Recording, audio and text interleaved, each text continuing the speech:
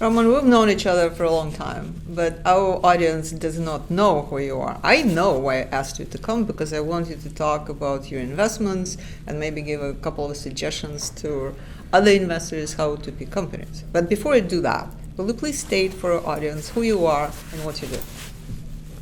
Hi, as a matter of introduction, I'm Roman Nikitov and I come from Kiev and represent ICU Ventures.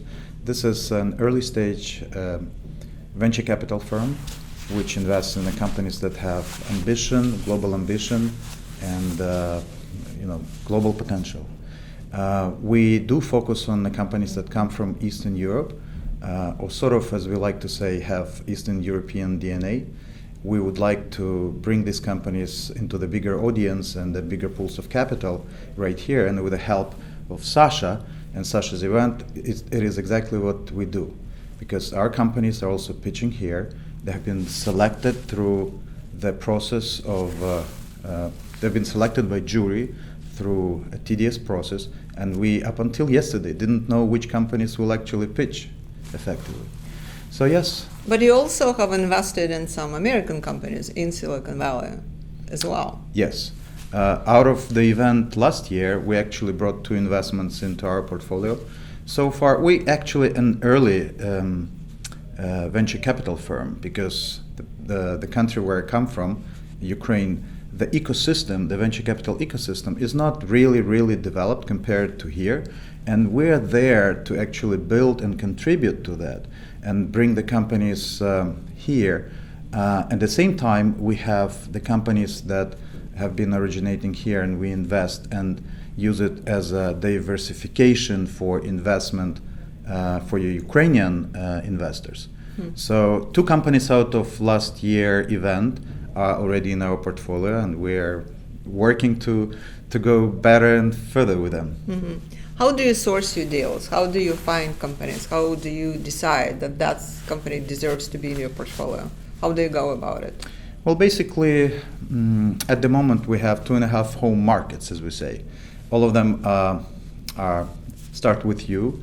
It's Ukraine, Kiev, where I sit. My partner, Giles, he sits in London, UK, and we're 3-4 times here in the US, in the Silicon Valley mostly, to basically integrate all these 3 worlds into a mixture of what we hope is going to be a success.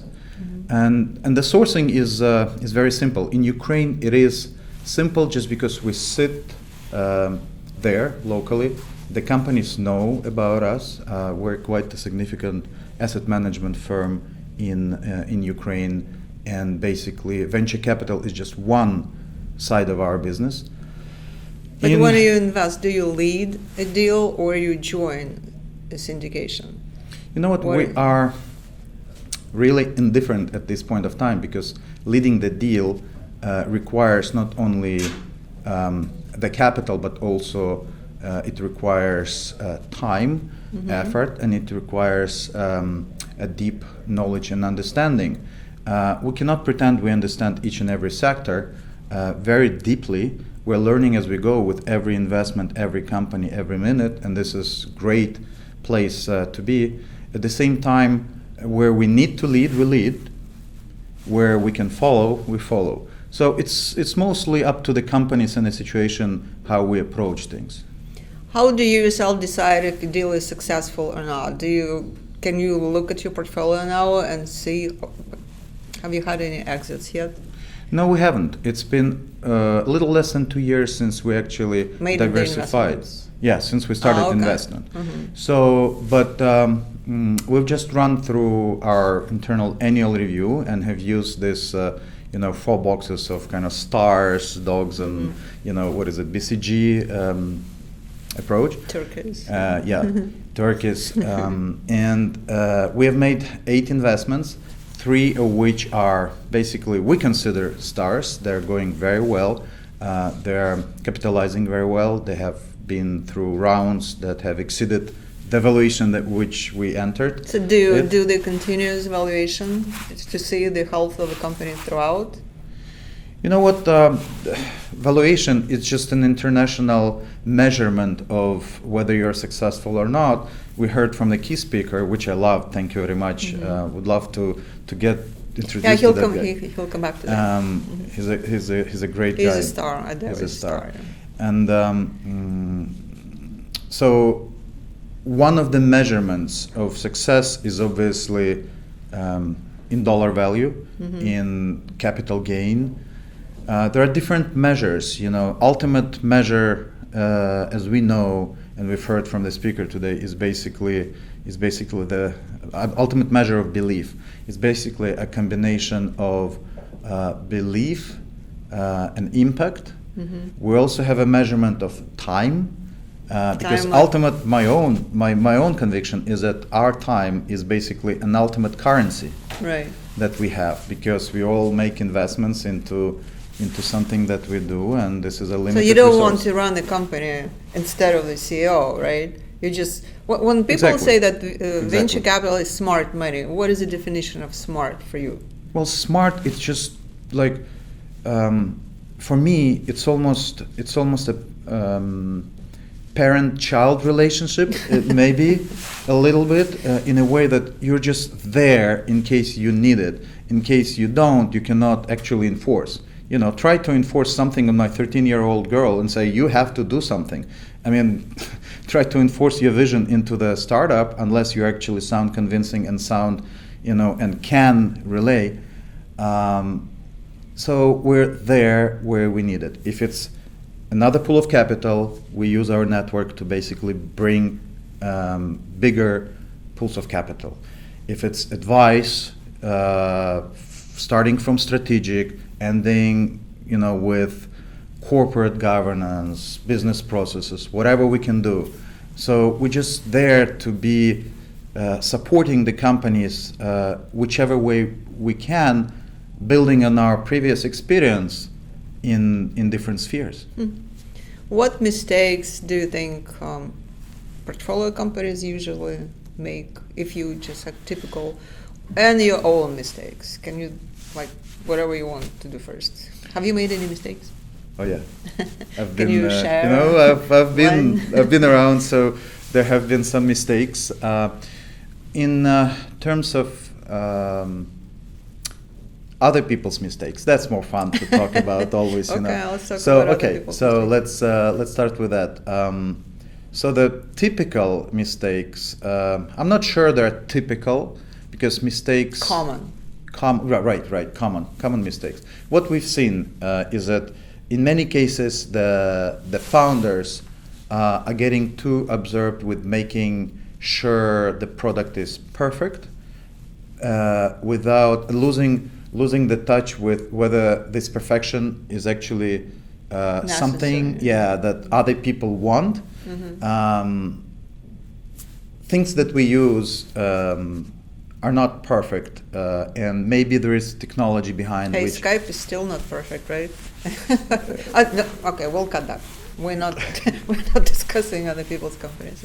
Right? I also wanted to bring the example, and then I caught myself at the fact that it's let's not fair. name names, but just it's a good product. State the mistake. So yes, we've seen spending too much time perfecting something. Spending too much time perfecting. Not selling earlier rather than later. Selling or getting in touch with market, getting feedback with the market, trying to identify who exactly your customer is. In a lot of cases, what we see, people just really confuse who is their customer. I'll just bring an example to make sure it's clear. For example, the company that produces this little key that just pitched, this key is ultimately used by somebody who doesn't really care about security, but it solves the issue of security. But it makes their life easy, convenient. They love it. But ultimately, they're not the customer. The customer is basically this nerdish. Correct me if I'm using the wrong words here. But nerdish type of IT specialist that has his own life, and would like to save time on integrating, implementing, supervising for his own personal or whatever alternative needs. So and yes, it is important to understand that who exactly is your who customer? exactly, Who exactly yeah, is your customer? Right. Okay, Yes. that's important. Another thing that we've seen is that for many people, the startup is almost like a game, and I love the game approach towards life generally. General. But at the same time, there is always a point where you have to start business out of your hobby or your it's not a once dream, you took somebody's money. in case you want, or maybe from a point of time when you take somebody's money, because this is a responsibility ultimately in front of these other people for their money. So starting to build business processes, starting to build the corporate governance, the relationship. I mean, some things that start to resemble business. And business, in my definition, is just things you do, but systematically. Because we all can do one thing at a time, then another thing at a time. But unless you actually turn it into a systematic approach, I've had this. I saw the billboard somewhere in Kiev streets, which was one of the fitness clubs, and I just loved the way they presented it. They said something like, I'm going to translate it. Hopefully, it will kind of relate. They said something like, forget motivation, work the discipline out. Meaning that you can be motivated to impact the world, to change the world, to make it a better place, but it lasts for the first kind of time, and then you just need to make it a routine and a discipline to change the world, to make it a better place, so that you are so accustomed to that routine that you cannot kind of live without that. Because we all are living with our own habits, and these habits drive our characters. And at the end of the day, if you turn a discipline of making your endeavor, your project, into a business, and you turn it into a discipline, you turn it into a habit, then you turn it into a fate, and the fate turns into a success. You're anyway. a philosopher. Of Roman. course. You are a philosopher. How else would you invest in VC? Well, you invest in Eastern Europe and Europe and in US. What trends do you see? Do you follow trends, or do you follow trends? What is it that you see now that you have this global vision? Since we're sort of new kids on the playground compared to some other people we see around, we try to learn as fast as we can, seeing what other people do. We try to see what the trends are, but all my previous experience from an emerging market, which has been as dynamic as it gets, tells me that if there's something that is already a trend, it's too late to invest. Probably. So from that perspective, we are looking at the insights of what is happening behind the scenes, trying to look and take a futuristic view. Are you going to name any industries? Well, it's easy to is it name a secret? them. No. I know you can start your own trend right now, right? You'll just declare that this is a trend, and you know what? A lot of people will follow. Well, I think you're just don't lie. I think you're thinking too much, too high of what I say. No, you don't want to be saying it's AI. It's it's space exploration. Well, first of all, I believe at the moment, because I see the world turning from a vertical, geolocation-based kind of system or a model into very horizontal in terms of communications, into a very horizontal platform, in a way that, I'm going to bring a great example, in a way that you might have a US citizen living somewhere in Palo Alto, a US person, a typical US person living in Palo Alto, right? Might have much more in common with somebody living somewhere in Kiev than its own neighbor. Why? Because they Not in actually... Silicon Valley, you know. Everybody has to have a startup. Okay, take Pennsylvania. I don't know. Maybe this is... Hey, no, really. Alabama. I go to a dentist, and while, you know, you sit there with your mouth open, they discuss their investments in a startup. You know? Well, dentist from Venezuela is going to be much closer to him than you know the Yeah. Okay, one but of us. finish your point. Yeah. But so from that perspective, I see a big benefit of actually connecting the best of both worlds. Mm-hmm. I see, and I was born and raised and have all my professional experience in emerging markets, and I see how this horizontality. I don't know if that word world exists. is flat. The flatness of the world allows the contribution from emerging markets to be implemented immediately in the platforms that are more developed, and that is a great thing. And this is where we see our value, because we connect these both worlds. And this is obviously a different discussion. I can go deep, and I love talking about it. But trends, okay. Yes. So we see a few technologies which are actually underlying technologies for the development of future. And we don't buy into the stories when the companies say, for example, we're just an AI business, or we are just like blockchain business, or whatever. We believe AI, things like AI, artificial intelligence, augmented reality, things like blockchain technologies, they're fundamental and underlying, and I might not go through all of that, but at the moment they're underlying technologies for a lot of businesses to develop into the future.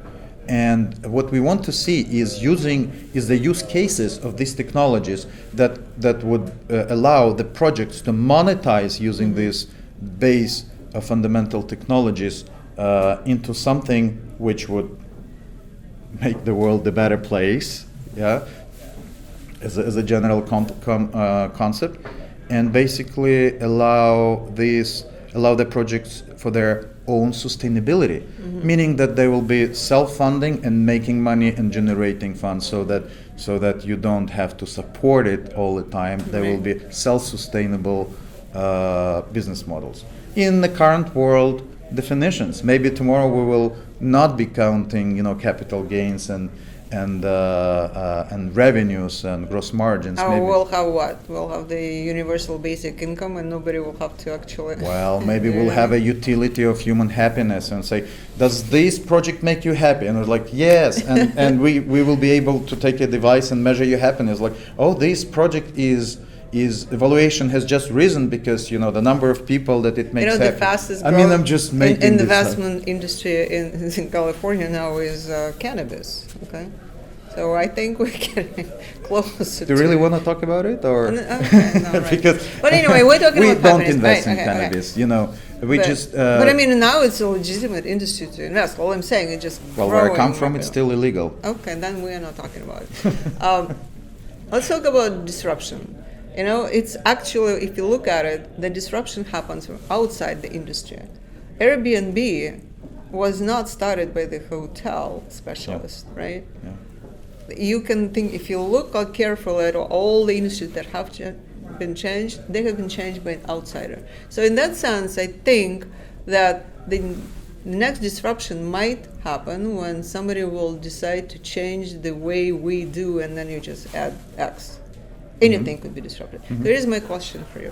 Would you rather be looking for companies with that potential to disrupt and change and potentially become unicorns, or just companies that are solid, they understand, but they're growing slower so they are gazelles, not unicorns. So what would you rather have? Can I ask a question as well before I answer yours? Sure. I don't know if we'll keep it, but you can ask it. Do you think a disruption is a disruptable concept? Yes. So from that perspective, we try to find those teams and projects and solutions that would be agile enough, adjustable enough to sustain, to survive over any disruption that basically might happen along the way, Why? Because we see things being disrupted completely unexpectedly, and we see that these disruptions could be disrupted again and again unexpectedly.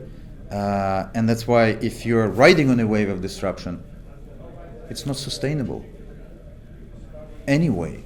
So what we're trying to do is to find those founders, those teams, a combination of teams, and those projects that could adjust.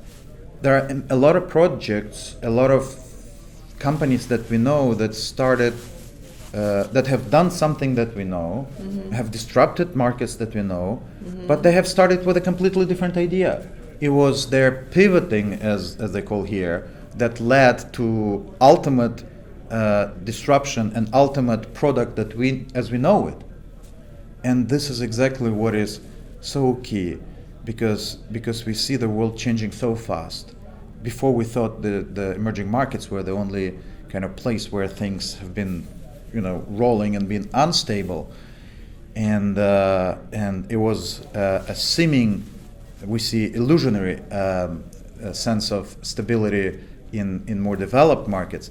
At the moment, the whole world is emerging. The whole world is being disrupted. So I agree with the line of a key speaker. Remind me the name. Adeo, who said, well, before young generation, he was using an example of millennials, I guess. Young generation was looking for stable sources of income, going to work for banks, for legal firms, for whatever stable, because entrepreneurship was not something that could create stability. But that is the approach where there is illusionary sense of stability around you. What if around you the world, which is completely rotating and changing all the time, then entrepreneurship turns into something that on a comparative basis is quite a stable source of income, or might be quite stable. If entrepreneurship, that's what brings us stability, I think we should stop here, because being an entrepreneur is quite crazy, and investing in it does take a lot of risk tolerance in you, with all those ups and downs. But if you put things in a perspective that the whole world is so changing so fast, then, well, I'm not saying entrepreneurship is something stable. I'm saying that it becomes less scary because everything else is not stable anyway. Oh, well, let's just continue investing in great companies, and we will make the world a better place. Thank you, Roman. We will try. Thank you very much, Sasha.